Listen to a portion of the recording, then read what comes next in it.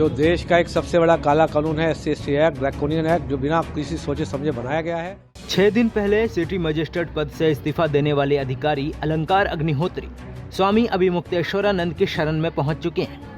रविवार को वो वाराणसी पहुंचे, जहां उन्होंने ज्योतिष पीठ के शंकराचार्य स्वामी अभिमुक्तेश्वरानंद सरस्वती से मुलाकात की और एक ऐलान किया कि अगर 6 फरवरी तक सरकार ने SC/ST एक्ट कानून वापस नहीं लिया तो वह 7 फरवरी को दिल्ली कूच करेंगे और उनके साथ देश भर के तमाम लोग वहां जमा होंगे।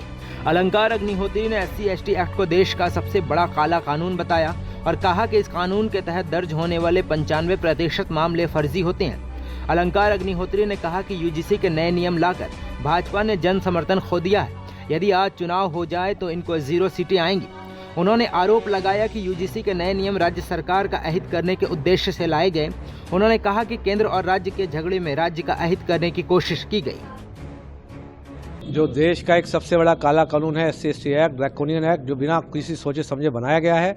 इसमें एक वर्ग विशेष को बहुत ज़्यादा आपने ऐसी जो है प्रोटेक्शन दिया है कि पूरा देश भय के माहौल में रहता है।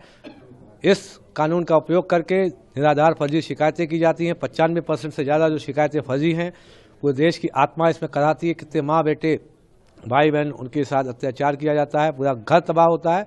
इसी को हटाने के लिए जो 35-36 सालों से इस कानून की विभीषिका झेल रहा है पूरा राज्य, पूरा राष्ट्र, इसको हटाने के लिए 6 फरवरी का टाइम दिया गया है।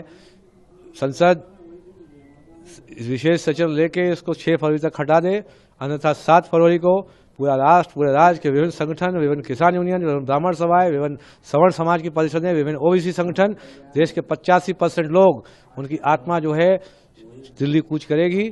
और जल्दी से अगर इनको नहीं मानते हैं तो इनको सत्ता से बेदखल किया जाएगा। और इन दोनों जो वेस्ट इंडियन कंपनी के CEO हैं और MD है, मोदी जी और अमित शाह जी, इनको चार्टर प्लेन पर बैठाकर इनको जो है गुजरात में भेजा जाएगा। एक अन्य सवाल के जवाब में उन्होंने कहा कि यदि UGC रेगुलेशन लागू हो जाते हैं तो देश भर के बच्चों के माता पिता की जो आह निकलेगी उसे कोई संभाल नहीं पाएगा। इन्हें लागू करने वालों को ये लगा था कि हम निकाल ले जाएंगे, लेकिन पहली बार लोगों का ऐसा गुस्सा देखने को मिला। अलंकार अग्निहोत्री ने कहा कि यदि ये नियम एक वर्ग को नाराज करके दूसरे वर्ग को खुश करने के लिए लाए गए हैं तो समझ लेना चाहिए कि ये किसी के सगे नहीं है। अपना हित साधने के लिए ये समाज को बांट रहे हैं। उन्होंने केंद्र सरकार पर ED, CBI और इनकम टैक्स के दुरुपयोग के भी आरोप लगाए।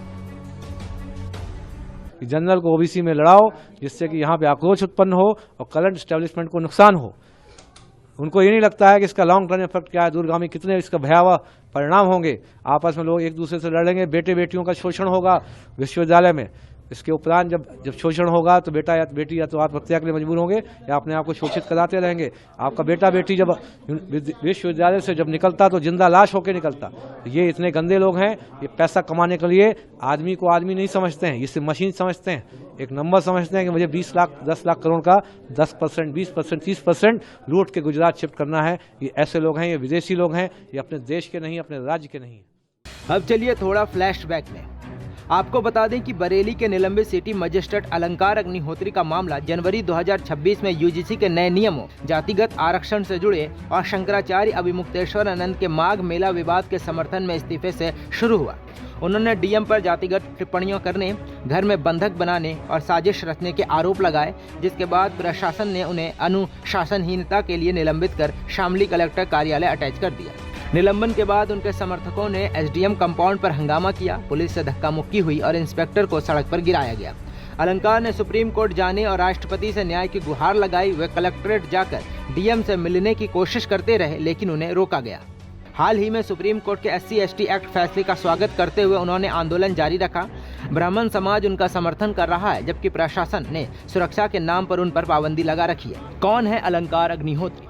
अलंकार अग्निहोत्री उत्तर प्रदेश लोक सेवा आयोग UP PCS 2019 बैच के एक PCS अधिकारी हैं जो कानपुर के मूल निवासी हैं। उन्होंने IIT BHU से BTech किया और पहले IT सेक्टर में 10 साल काम कर परिवार का भरण पोषण किया। क्योंकि उनके पिता का निधन हो चुका था, पहली ही कोशिश में UP PCS में 15वीं रैंक हासिल कर वे लखनऊ, उन्नाव, बलरामपुर और बरेली में SDM सिटी मजिस्ट्रेट रहे। अब चलिए बात करते हैं SC/ST एक्ट के बारे में। अनुसूचित जाति और अनुसूचित जनजाति अत्याचार निवारण अधिनियम 1989 SC/ST एक्ट भारत में दलितों, SC और आदिवासियों ST के लिए खिलाफ जातिगत हिंसा, अपमान, भेदभाव और शोषण रोकने के लिए बनाए गए विशेष कानून है।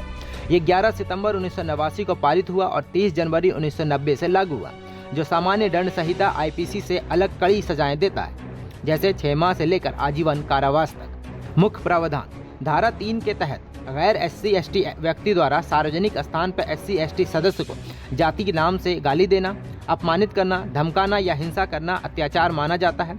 इसमें सामाजिक बहिष्कार, जमीन हड़पना, गैंग रेप, हत्या आदि शामिल।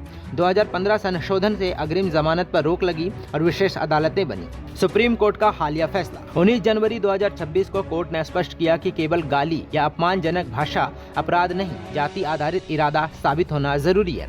बिहार के केशव महतो मामले में FIR में जाति उल्लेख न होने से कार्यवाही रद्द हुई। कोर्ट ने दुरुपयोग रोकने पर जोर दिया।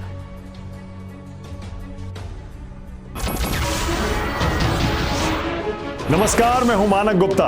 अगर आपको हमारा ये वीडियो पसंद आया हो तो इसे लाइक और शेयर जरूर करें, और हाँ, हमें सब्सक्राइब और फॉलो करना ना भूलें, ताकि आप देश और दुनिया की कोई खबर मिस ना करें।